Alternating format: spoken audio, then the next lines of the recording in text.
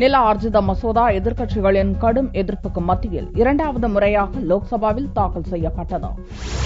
முந்தைய காங்கிரஸ் கூட்டணி அரசால் கொண்டுவரப்பட்ட நிலம் கையகப்படுத்துதல் சட்டத்தில் சில திருத்தங்களுடன் மத்திய அரசு நில ஆர்ஜித அவசர சட்டத்தை கொண்டு வந்தது. இதற்கு காங்கிரஸ் உள்ளிட்ட பல்வேறு எதிர்க்கட்சிகளும் கடும் எதிர்ப்பு தெரிவித்து வருகின்றன. நில ஆர்ஜித அவசர சட்டத்துக்கு மாற்றாக கொண்டுவரப்பட்ட மசோதா கடந்த மார்ச் மாதமே லோக்சபாவில் நிறைவேற்றப்பட்டது. இது ராஜ்யசபாவில் பரிசீலனைக்கு எடுத்துக் கொள்ளப்படவிருந்த நிலையில் முதல் கட்ட பட்ஜெட் கூட்டத்தொடர் முடிவுக்கு வந்தது. இதையடுத்து ஏப்ரல் முதல் வாரத்தில் நில ஆர்ஜித அவசர சட்டத்தை மீண்டும் மத்திய அரசு பிரகடனம் செய்தது. இந்நிலையில் திங்களன்று மீண்டும் நில ஆர்ஜித மசோதாவை மத்திய கிராமப்புற மேம்பாட்டுத்துறை அமைச்சர் பீரேந்தர் சிங் தாக்கல் செய்தார். அதற்கு காங்கிரஸ், திரிணாமுல் காங்கிரஸ், ஆம் ஆத்மி உள்ளிட்ட எதிர்க்கட்சிகளின் உறுப்பினர்கள் கடும் எதிர்ப்பு தெரிவித்தனர். லோக்சபாவில் ஏற்கனவே நிறைவேற்றப்பட்ட ஒரு மசோதாவை மீண்டும் தாக்கல் செய்வது சட்டப்படி சரியா என்று கேள்வி எழுப்பினர். இதற்கு பதிலளித்த அமைச்சர் பீரேந்தர் சிங், ஏப்ரல் மாதத்தில் இரண்டாவது முறையாக அவசர சட்டம் பிரகடனப்படுத்தப்பட்டதால் அதற்கு மாற்றாக மசோதாவை தாக்கல் செய்ய வேண்டியது அவசியம் என்று விளக்கம் அளித்தார். இதை ஏற்க மறுத்த எதிர்க்கட்சி உறுப்பினர்கள்